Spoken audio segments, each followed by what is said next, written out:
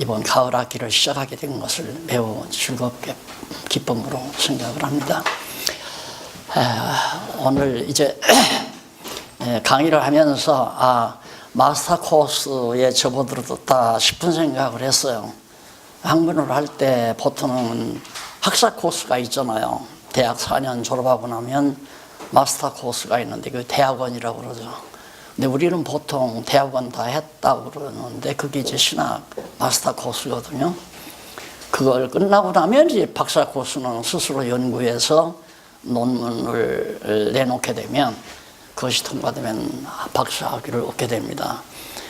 그동안 3년 동안 지금 3년째 공부하는데 이제 마스터 코스에 접어들었다는 생각을 오늘 특별히 회장님 강의를 들으면서 그런 생각을 했습니다. 그리고 또 이번 학기에 공부할 내용 자체가 시가서인데 이 마스터 코스 과제로 아주 충분한 그런 과목이라고 그렇게 생각을 합니다. 특히 오늘 처음 시작할 욥기서는 정말 마스터 코스의 본론이라고 그렇게 생각을 해도 과언이 아닙니다. 문제는 이제 우리가 성경 신학을 하는 것은 하나님을 알기 위한 거 아닙니까? 하나님을 바르게 알기 위한 것이 성경 신학인데 이제 그 성경 신학의 아주 엑기스, 아주 중요한 본영이라고 생각할 수 있는 욥기서 내용이 이번 학기 첫 강의로 하나님께서 허락해 주신 것도 매우 기쁘고 즐겁게 생각을 합니다. 우리가 학문을 할 때 어떻게 접근하느냐에 따라서 어떤 방법으로 어떻게 접근하느냐에 따라서 결론이 달라지는 그런 경우들이 많습니다. 다시 말해서 진리 추구를 식물학으로 접근할 수도 있고 동물학으로 접근할 수도 있고 생물학으로 접근할 수도 있고요. 아니면 인문학으로도 접근할 수 있고 철학이나 과학으로 진리를 찾기 위해서 접근할 수 있습니다. 그런데 이 접근한 지금까지의 세속 학문은 진리에 대한 결론을 내리지 못하고 우리 서원적 강의를 우리 회장님이 잘해 주셨는데 아무런 세속적 학문은 결론이 없습니다. 그렇게 결론은 없는 학문을 가지고 굉장히 지식인인 것처럼 자부하고 자만에 빠진 것이 세속 학문을 한 학자들의 거들먹이라고 그렇게 생각을 하시면 너무 틀림이 없습니다.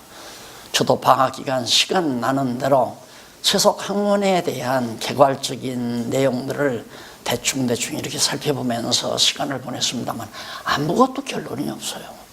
아무것도 결론이 없는데 많은 사람들은 신학보다, 다시 말해서 성경보다 과학을 더 믿는 결과를 지금 만들어냈거든요.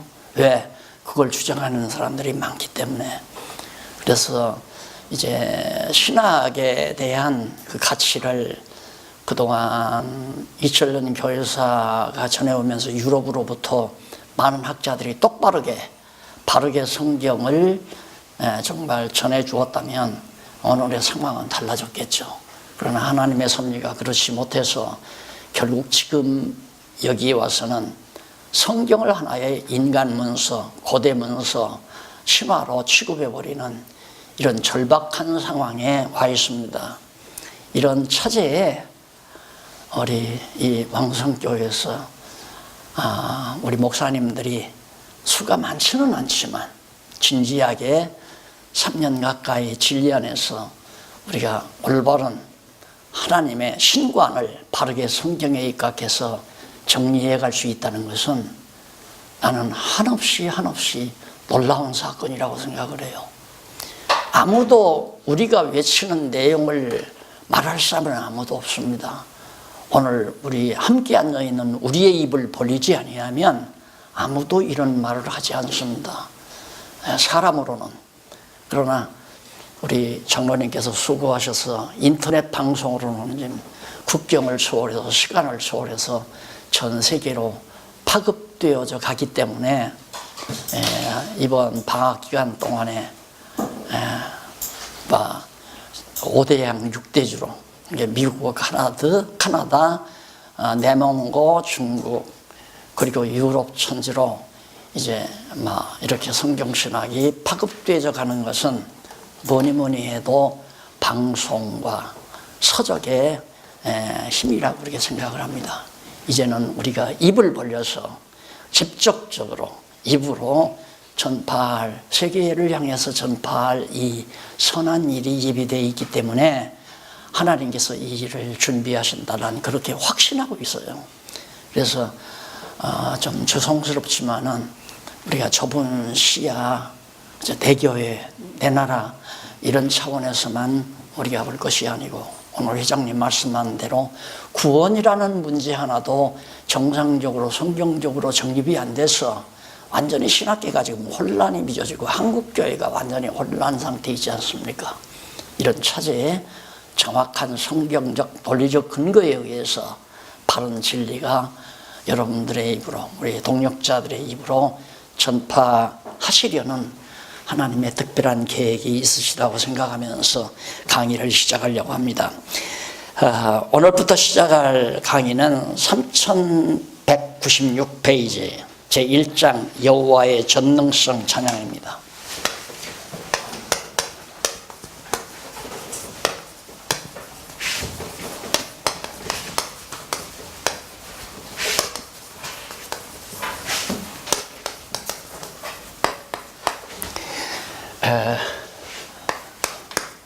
에, 3196페이지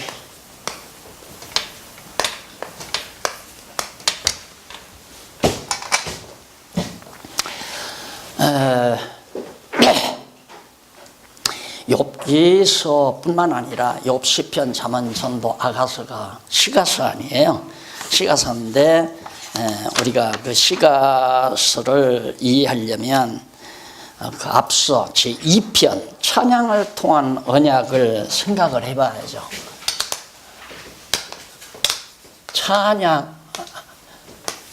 찬양을 통한 언약. 이게 이제 욥기에서부터 아가서까지.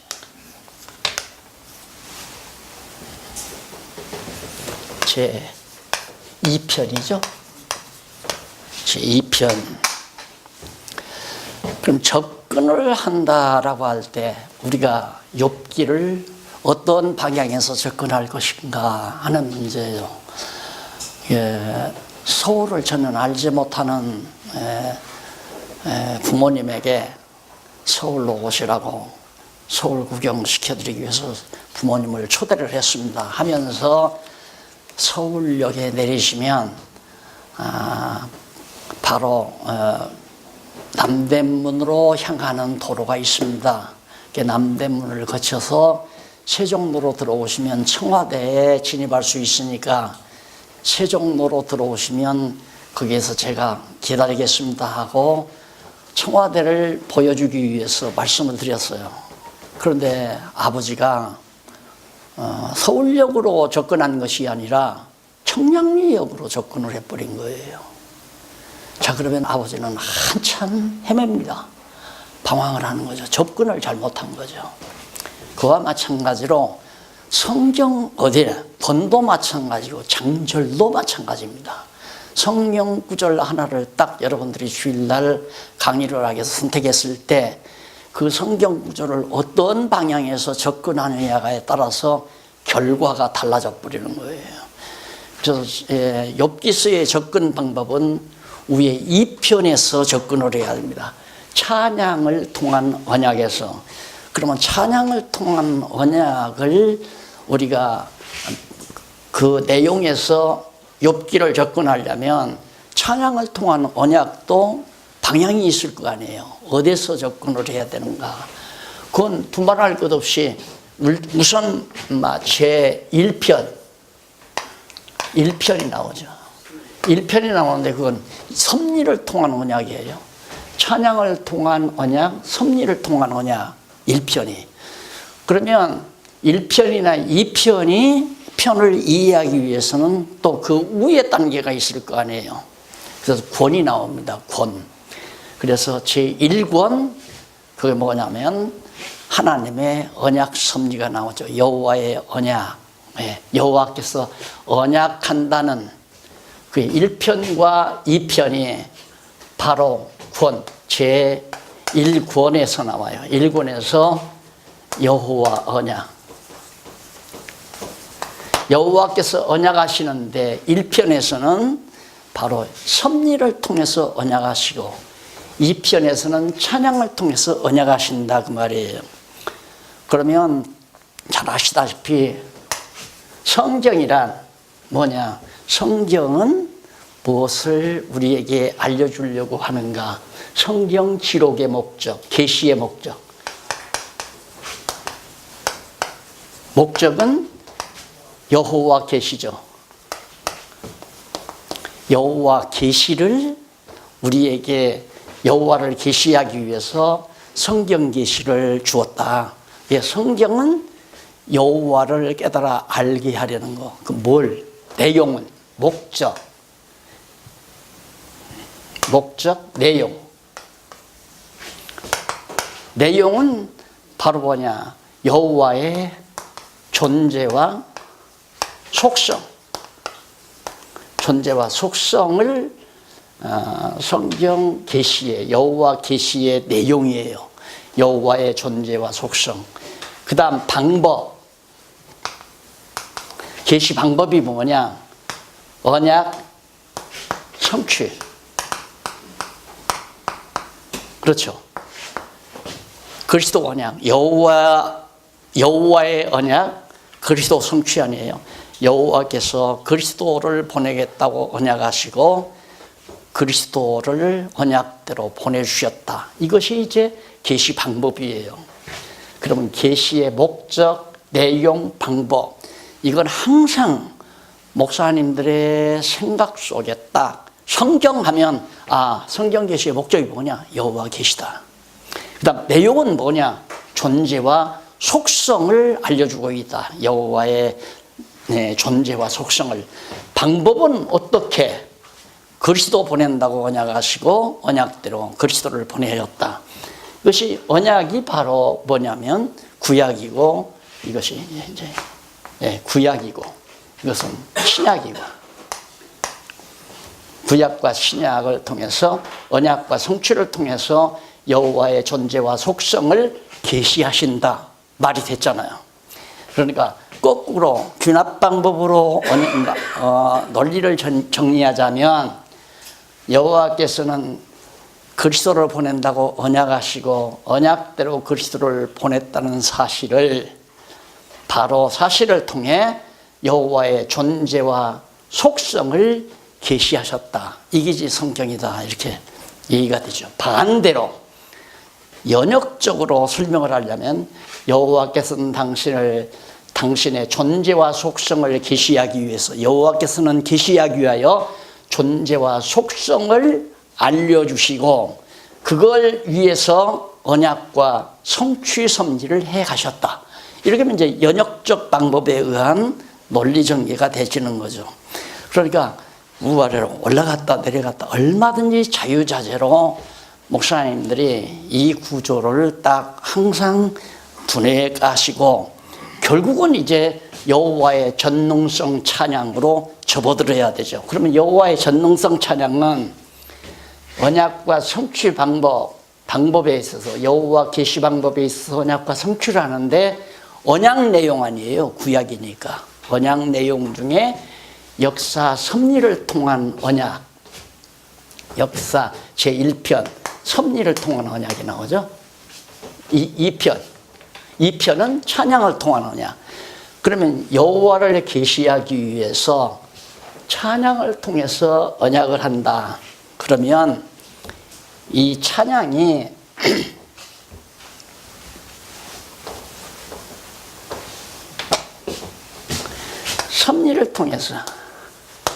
섭리를 통해서 하나님 여호와를 계시했는데 계시는 존재와 속성이죠. 존재와 속성을 역사 섭리를 통해서 드러냈단 말입니다. 그게 뭐냐면 창세기에서부터 에스더서까지가 역사 섭리 아니에요. 그러니까 하나님께서는 천지만물을 창조하시고, 그리고 이스라엘 민족에게 언약하시고, 아담에게 언약하시고, 노아에게 언약하시고, 그걸 확실하게 언약대로 이루신다는 것을 증명하기 위해서, 확증시키기 위해서 아브라함에게 3대 언약하시고 3대 언약대로 아브라함에게 언약을 성취해 주신 역사 섭리란 말입니다. 그 섭리를 통해서 계시하셨다. 뭘? 하나님의 존재와 속성. 이거 이제 계시된 거 아니에요. 그러니까 역사 섭리를 통해서는 하나님 살아계시구나. 확실히 살아계시구나. 어떤 하나님이? 이런 속성을 가지고 계신 하나님이, 그걸 지금 노래 속에 담고 있는 겁니다. 노래 속에, 이 찬양 속에 담고 있다 이 말입니다. 그러니까 지금 제가 마스터 코스라고 말씀을 드린 이유는 역사 섭리를 통해서 하나님의 존재를 깨닫게 된 거죠. 맞다. 하나님은 살아계시다. 정말 위대하신 하나님이 살아계시다. 그렇게 되니까 그 계시 속에 드러나는 하나님의 전능성, 신실성, 주권성, 영원성, 자비성, 이 5대 속성이 찬양으로 드러나는 거죠. 그러니까 이제는 그동안 공부하신 목사님들은 정말 여호와 외에는 자랑할 것도 없고, 여호와 외에는 내세울 것도 없고, 여호와 앞에는 나는 한없이 만물의 찌꺼기처럼 별 볼 일 없는 존재라는 걸 깨닫게 됐으면 마스터 코스에 접어든 거예요. 아직도 내가 뭔가가 될 수 있고, 나는 위대한 존재고, 나는 정말 하나님 앞에 정말 그래도 조금이라도 정말 내 존재가 드러날 수 있는 그런 가능성이 있다고 생각하면 하나님 찬양보다는 자기 찬양을 하려고 하는 거죠. 자기 찬양을. 그러니까 말씀을 전하는 것도 자기 실력 자랑을 위해서 말씀을 전한다면 아직 마스터 코스가 아니에요. 마스터 코스는 진짜 찬양이 지속돼야 돼요. 우선 첫째는 전능성 찬양이 돼야 한다 이 말. 나는 정말 하나님이 얼마나 전능하신 분인가. 이쯤 되면 이제 종교 개혁자들이 부르짖던 하나님의 절대 주권, 이런 정도는 아무것도 아니죠. 당연한 거죠. 그건 하나님의 절대 주권 사상은 너무 당연한 거예요. 그런데 그것 가지고 지금 기존 신학자들은 싸움하고 서로 논증하고, 아직도 인간의 자유지가 어떻든 이렇든 해가지고 자기의 열심과 자기의 공적과 자기의 위대함을 드러내고자 하는, 자기의 야망을 드러내고자 하는 그런 잘못된 속성이 자기를 지배한다면 여호와 하나님의 전능성 찬양이 아니라 부분적 전능성, 그러니까 전능성이 아니죠. 반능성,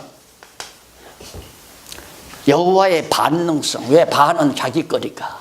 그것이 알미니안주의란 말이죠.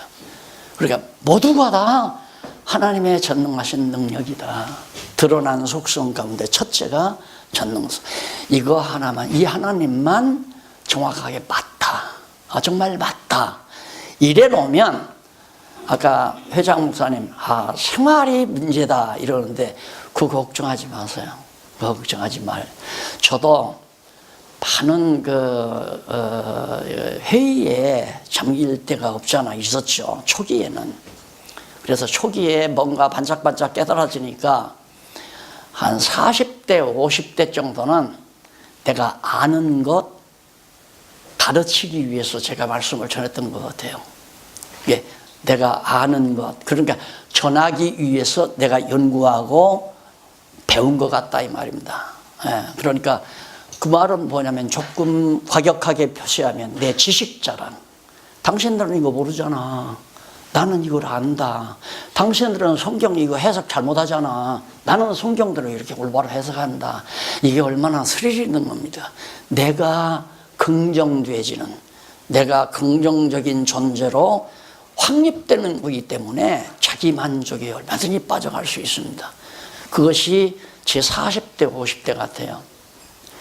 그 다음에는 60대, 70대 접어들면서는 60대, 40대, 40대, 50대죠. 40대. 그 다음에 60대, 70대 접어들 때는 믿음의 행위가 조금 믿어지는 것, 믿음의 행위보다도 믿어지는 것을 말한 것으로, 믿어지는 걸 가르쳐 주는 것으로, 전달한 것으로 그렇게 생각이 돼요. 믿어지는 것으로. 이제 70이 넘어서 80대에 접어들면서는 믿음의 행위라는 것이 이런 것이로구나. 그러니까 성경이 말하는 말씀에 내가 완전히 사로잡혀 버리는 거예요.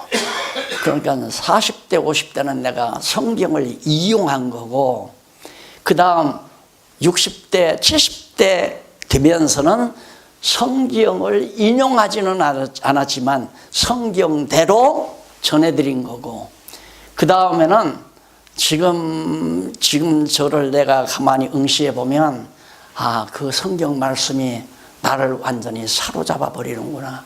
그게 말씀의 노예가 되어 버려요. 여기에서 이제 믿음의 행위가 나온다고 하는 겁니다. 그러니까 하나님께서 우리를, 나는 그래서 그렇게 생각해요. 왜 하나님께서 나를 80이 다 돼가는데도 부르시지 않고 달들어 20년 젊은이, 10년 젊은이 하고 막 날 듣기 좋게 옆에서 말을 해도 내가 봐도 조금 젊게 보이는 것 같아요. 그 하나님은 왜 나를 안 불러가시나? 배울 게 더 많으니까. 너는 아직 천국 입국자가 안 됐다 이 말이죠. 그러니까 더 공부하고 와라. 왜? 까다로우니까. 제가 굉장히 까다롭잖아요. 사람들에게 까다롭게 피우는 게 아니라, 까탈을 피우는 게 아니라 성경에 대해서 어지간히 까다롭게 접근을 했거든요. 그러니까 너 같은 놈은 좀 늦게까지 살면서 하나님의 말씀의 진맛을 봐야 된다. 그래서 하나님께서 안 불러가는 거라고 나는 생각을 해요. 그러니까 하나님은 나를 통해서 뭔가를 하시려고 하는 것보다도 나를 나되게 하려고 한다는 생각을 하시면 목사님 해결 깨끗이 될 겁니다. 이게 하나님께서 반드시 우리를 하나님의 말씀에 사로잡히게 만들어버려요. 이게 다시 말해서 말씀대로 생활하게끔 만들어간다. 그것이 진짜 영적 예배란 말입니다. 그게 진짜 영적 예배.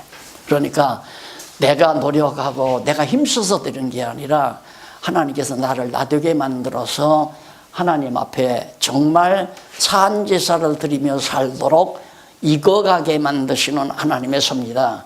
그런 의미에서 여호와 전능성 찬양이라는 건 믿음의 결실이거든요. 믿어지니까 여호와 하나님 찬양하잖아요. 여호와 하나님 찬양한다는 것은 그분을 자랑한다, 그분을 선포한다, 그분을 내세운다. 자기 자랑하면서 남편 자랑하는 사람 없잖아요. 남편만 자랑하고 자기는 자랑하지 않아야 남편 자랑이 되는 거죠. 남편도 자랑하고 자기도 자랑하는 건 반자랑 아닙니까? 반찬양. 그래서 우리가 열심히 이렇게 전하는 건 정말 내 안에서 찬양이 나온다는 얘기죠. 성경을 깨닫게 되면 말하지 않을 수가 없잖아요. 너무 분명하고 확실하니까. 너무 분명하고 너무도 좋으니까. 야, 이런 분이 살아계시더라. 여러분 만약에 산소를 갔는데 그렇게 보고 싶었던 할아버지가 살아나 앉아 계시다 말입니다. 그 말을 집에 돌아와서 전하지 않는 사람은 아무도 없을 거예요. 집에 돌아오자마자 할아버지 살아나셨다고 난리칠 거 아닙니까? 하나님이 계신지 안 계신지 아무도 모르고 지금 현재 살고 있잖아요. 하나님이 살아계시다 믿는다면 그걸 어떻게 하느냐면 그냥 믿어진다고. 그 말이 안 되는 거거든요. 하나님이 확실히 살아계시다는 걸 역사 섭리 창세기로부터 에스더서까지 우리가 공부를 해서 확실히 믿어졌다면 자랑하게 돼 있어요. 찬양하게 돼 있다. 우선 무엇부터? 전능성부터 찬양한다 이거죠. 여호와의 살아계시다. 분명히 살아나셨다. 그분은 인자하신 분이고 그분은 정말 우리를 위해서 사랑을 베푸신 분이고 꼭 돌아가셔서는 안 되실 할아버지다. 이런 속성들을 이제 말하면서 얘기하듯이 오늘 우리도 마찬가지죠. 그래서 바로 시편, 시가서, 욥기에서부터, 이건 욥기에서부터 아가서 아니에요? 이것은 마스터 코스에서 나온다.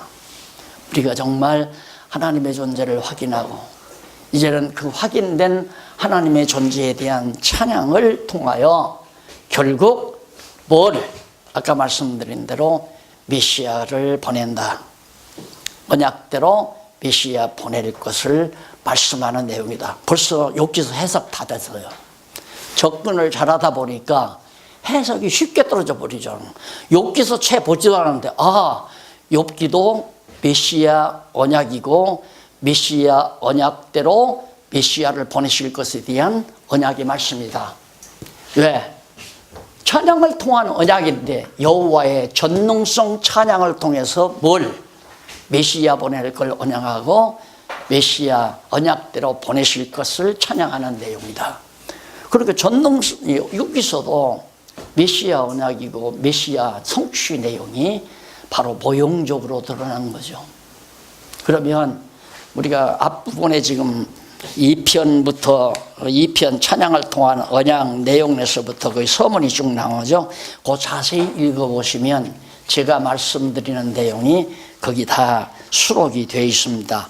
그리고 제1장 여호와의 전능성 찬양 욥기서 거기도 이제 서문이 쭉 나오잖아요. 이게 굉장히 중요한 겁니다. 제가 일일이 이거 다 하나하나 읽고 내용을 하자면 시간이 엄청 걸리니까 하여튼 복습을 하셔야 돼요. 예습을 하셔야 돼요. 꼭 읽으셔야 돼요. 꼭 읽고 강의 들으시고 한 번 더 읽으면 완전히 자기 것이 됩니다. 맞다. 이렇게 되는 거예요. 맞다. 그래서 여호와의 전능성 찬양의 서론이 바로 397페이지까지 마무리되죠. 거기 보면 바로 밑에서부터 제일 밑에서 하나만 정리해 보십시다. 제일 밑에서부터 위로 5번째 줄 3197페이지 밑에서 5째 줄 중간 조금 지나서 보시면요.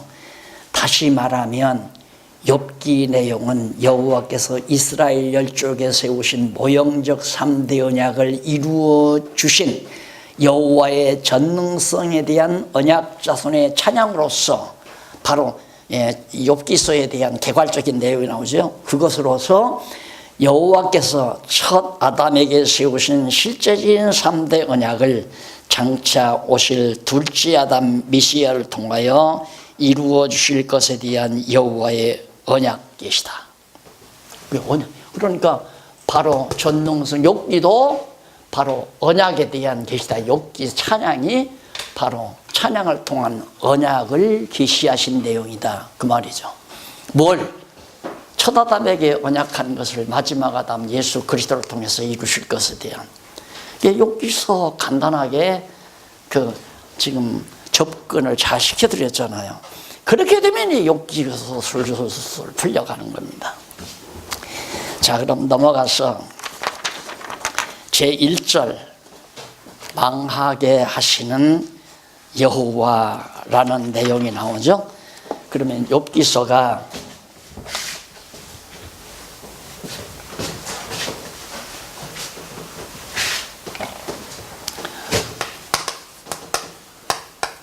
1장에서부터 3장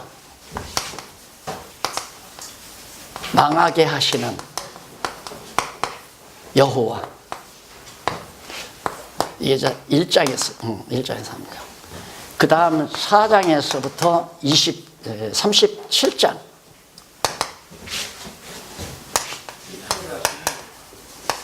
뜻대로 하시는 여호와 그 다음 38장에서부터 42장 회복하시는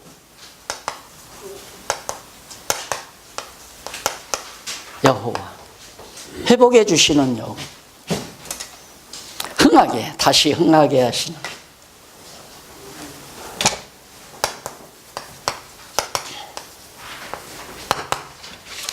자, 망하게도 하고 뜻대로 하시고 흥하게도 하신다. 그러면 아까도 말씀드린 대로 간단해요. 성경이 다. 우선은 가깝게는 가장 욥기서에 가까운 근거는 이스라엘 민족이죠. 이스라엘 민족사. 그러니까 아브라함과 이삭과 야곱 때의 번창해서 가나안 땅에서 잘 살았잖아요. 그런데 하나님께서 난데없이 애굽으로 보내서 애굽에 가서 다 종로로 다음에 망하게 만들죠. 누가? 여호와께서 야곱의 아들들 이스라엘 민족을 애굽에 집어넣어서 400년 동안 완전히 애굽에 종살이하게 만들어요. 그리고는 정말 그 민족이 고난을 겪고 어려움을 겪고 사사시대 지나고 그리고서 결국 다윗 때 와서 흥하게 만들죠. 그래서 나라가 번창하고 흥하도록 그렇게 하시는, 흥하게 하시는. 그러면 그런 것들이 다 뭐냐? 하나님이 정하신, 작정하신 뜻대로 다 된 거예요. 아브라함에게 제사를 드릴 때 비둘기 안쪽에 이거 했잖아요. 그때 이제 솔개가 오니까 쫓아내고 비둘기 짝에서 하나님 앞에 제사를 드렸어요. 하나님께서 받으면서 내 민족이 이방에 가서 400년 종살이 한다. 망하게 한다. 하겠다 이 말이에요. 내 자손을 망하게 하겠다. 400년 망하게 하겠다. 그리고 망한 다음에 400년 고생하면서 애굽에서 나와서 광야에서 고통당하고 사사시대 300여 년 동안 고통당하고 말할 수 없이 그 다음 사울왕 때 고통을 당하고 이방 민족의 신입을 당해서 그런데 하나님께서 그렇게 정하신 뜻대로 다 역사를 진행하시다가 다윗 왕을 출생시켜가지고 나라를 흥하게 만들잖아요. 그것에 대한 모형과 그림자를 욥의 일생을 통한 내용을 문학화해서 문학 작품화해서 여호와의 전능성을 찬양하는 겁니다. 그러니까 이스라엘 민족의 애굽에 가서 고생한 거나 망하게 한 거나 광야에서 또한 사사시대에 많은 시련을 겪는 이런 모든 것들이 하나님의 정하신 뜻대로 된 것이다. 그리고 망하게 했다가 하나님께 다시 흥하게 해서 견고한 다윗 왕국을 세워서 승리케 만드시는 하나님의 역사 섭리를 욥기라고 하는 내용을 거기서 조금 더 확대해서 나가면 에덴 동산에서 정말 하나님의 형상 따라 지음받은 정말 무죄한 아담을 사단에게 맡겨서 완전히 망하게 만들잖아요. 에덴 동산에 내쫓김 당하게 만들죠. 쫓겨 나가가지고 결국 지금 우리가 광야와 같은 이 세상 아직 회복이 안 됐잖아요.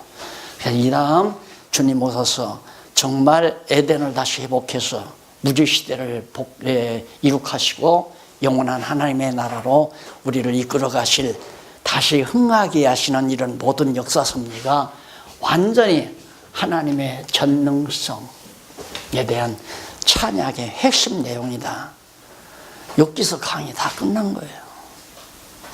이런 방향으로 성경을 접근하면 목사님들이 얼마든지 맛있는 요리를 만들어서 어린 성도들에게 잘 먹여줄 수가 있습니다. 문제는 그래요. 얼마나 음식 요리사가 솜씨가 좋으냐에 따라서 재료는 너무 좋잖아요. 아주 재료는 너무 좋거든요. 풍성하고 성경 전체가 다 재료니까 이것을 어떻게 어린 성도들이 맛있게 먹을 수 있느냐는 요리사의 솜씨에 달린 거죠. 매운 걸 좋아하는 사람은 고춧가루 좀 많이 넣으면 좋고요. 매운 걸 싫어하면 고춧가루 적게 넣고 괴소금을 많이 넣고 또 설탕도 좀 집어넣고 이렇게 해서 입맛에 맞춰서 먹이는 요리사의 태도처럼 목사님들이 얼마나 연구를 많이 하고 생각을 많이 하고 명상을 많이 해서 우리 성도들의 눈높이에 맞게 이런 진리를 잘 소화시키느냐, 이것까지 내가 여기서 말할 수는 없어요. 여기 나오는 책에 나오는 모든 내용들은 재료예요.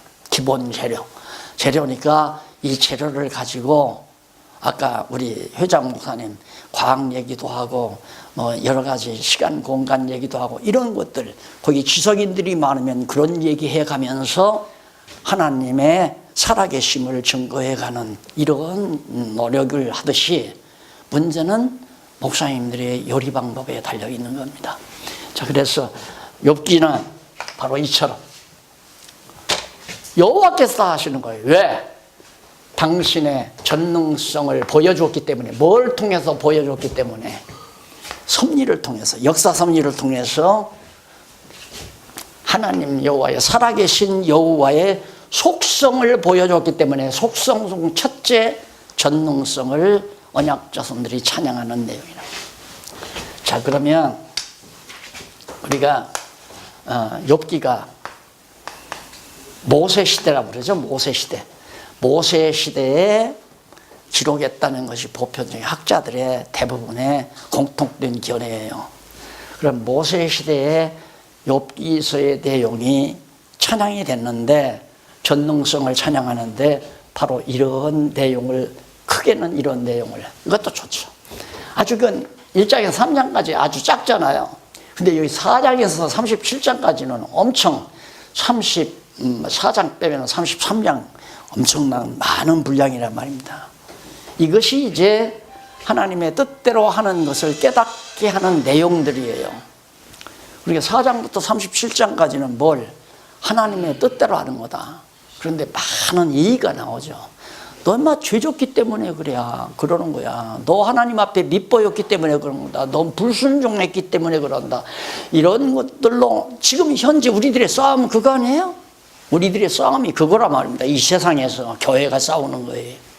그러니까 그렇게 아무리 싸우지만 마지막 하나님께서 결론 내리면서 욥의 손을 들어주잖아요. 그건 뭐냐? 하나님의 전능성을 찬양한 욥의 신앙이 맞다 이 말이에요. 하나님의 정하신 뜻대로 되는 거다. 내가 망한 것도 내가 병드는 것도 내 재산이 다 탕진된 것도 하나님이 그렇게 정리해 놨기 때문에 그렇게 된 거다. 죄졌기 때문에 그런 것도 아니고 내가 하나님 앞 불순종해서 그런 것도 아니고 내가 조심하지 않았기 때문에 그런 것도 아니고 하나님이 나의 일생을 그렇게 정해 놓으셨기 때문에 그렇다. 이거거든요.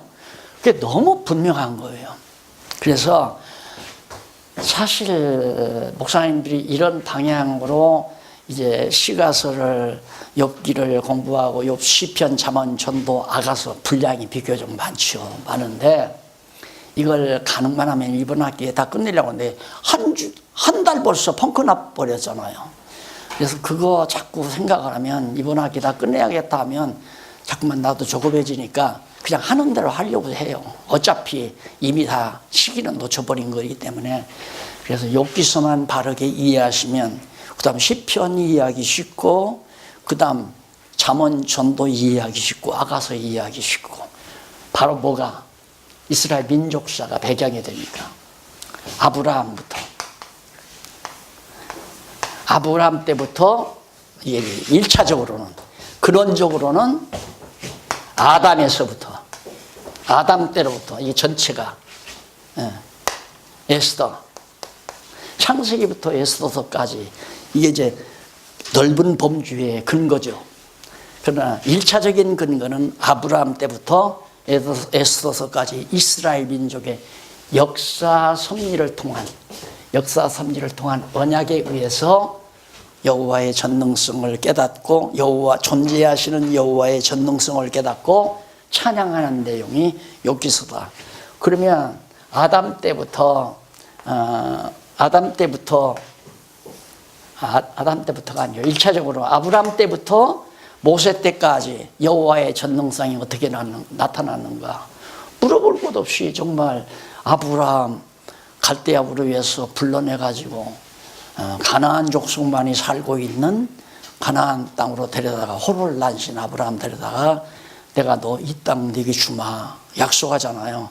약속하고 아브라함 애기 자녀 못 낳는 아브라함에게 이삭 낳는다고 약속해서 이삭 낳게 하고 이삭이 에서와 야곱을 낳는데 에서는 버리고 야곱은 선택하고 그다음 야곱이 에서의 죽임을 피해서 하란으로 도망가는데 하란 가서 많은 사기를 당하잖아요. 삼촌한테 사기 당해서도 결국 하나님께서 전능하신 능력으로 야곱을 부자되게 해서 그렇게 해서 이제 가나안에 애굽까지 갔단 말입니다. 애굽에 가서 400년 종살이 했잖아요. 도저히 나올 수가 없죠. 애굽이 도와주겠어요. 노예가 그 당시에는 부의 상징인데 60만이라고 하는 대장정들 노예가 애굽의 문화를 만들어 나가는데 애굽에서 도와주겠느냐 이 말이에요. 그런데 거기서 하나님께서 끌어내잖아요. 모세를 통해서. 이렇게 여호와의 전능성이 드러나니까 그 전능성을 찬양하는 겁니다. 찬양하면서 과거에도 이렇게 전능성을 드러내시고 지금도 전능성을 드러내시고 앞으로도 전능성을 드러내실 겁니다 라고 찬양하는 내용이 이건 과거에 망하게 하셨다. 그리고 모세 때까지 뜻대로 지금 구출해 가죠. 애굽에서 종살이하고 400년 동안 그 구출해서 흥하게 하시는 역사가 미래란 말입니다. 모세로 봐서는 미래 아니에요. 모세가 이스라엘 백성들을 애굽에서 구출해 냈으니까 하나님의 전능하신 능력을 받잖아요. 그러니까 찬양을 하는 거거든요. 그러면 애굽에서 해방 홍해바다를 걷는 것으로 끝나느냐? 아니다 이거예요. 분명히 하나님께서는 야곱의 후손들을 흥하게 하신다는 미래를 예언하는 내용입니다.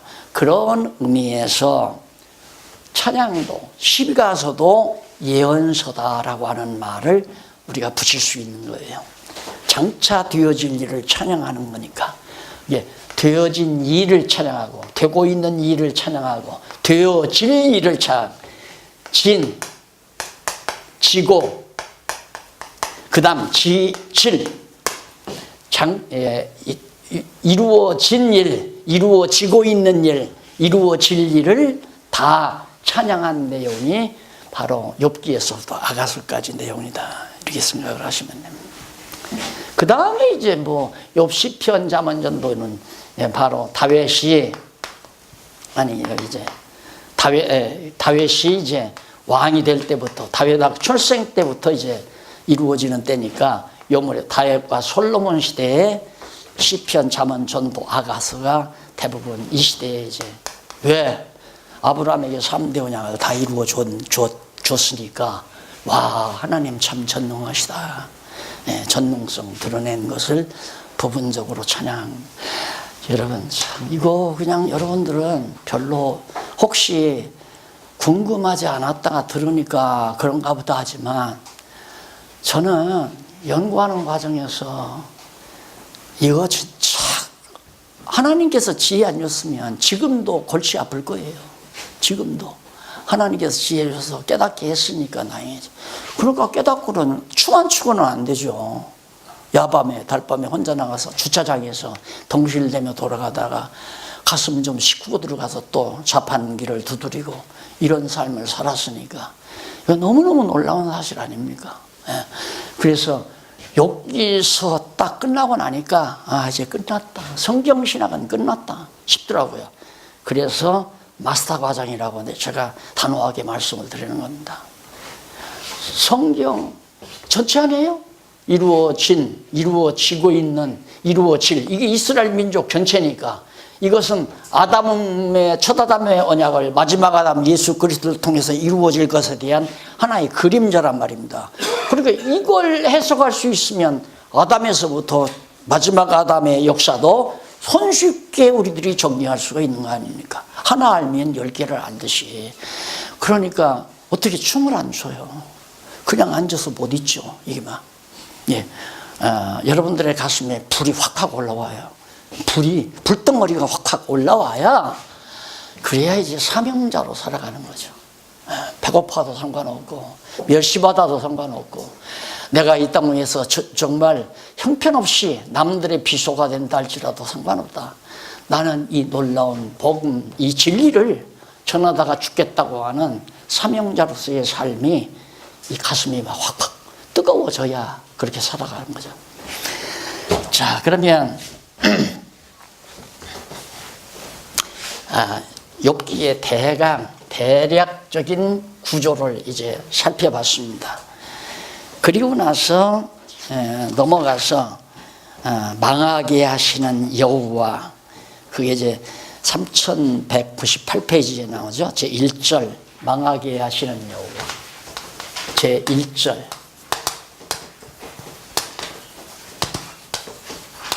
망하게 하시는 여호와, 1장에서부터 3장. 자, 우리가 성경을 잘 보지 못하는 눈가림이 뭐냐, 나로 하여금 보지 못하도록 눈을 가리워놓는 눈가림이 뭐냐, 하나님은 절대 망하게 하지는 않는다. 그럼 망하게는 누가 하느냐? 마귀가 한다. 망한 것은 마귀가 하는 거고 흥하게 하는 것은 하나님이 하신다. 이건 기본적인 이건 어떻게 움직일 수 없는 철칙처럼 이제 굳어져 있어요. 모든 성도들에게. 성도뿐만 아니라 우리 목사님들도 다 그렇게 굳어져 있단 말입니다. 그러니 성경이 안 보이죠.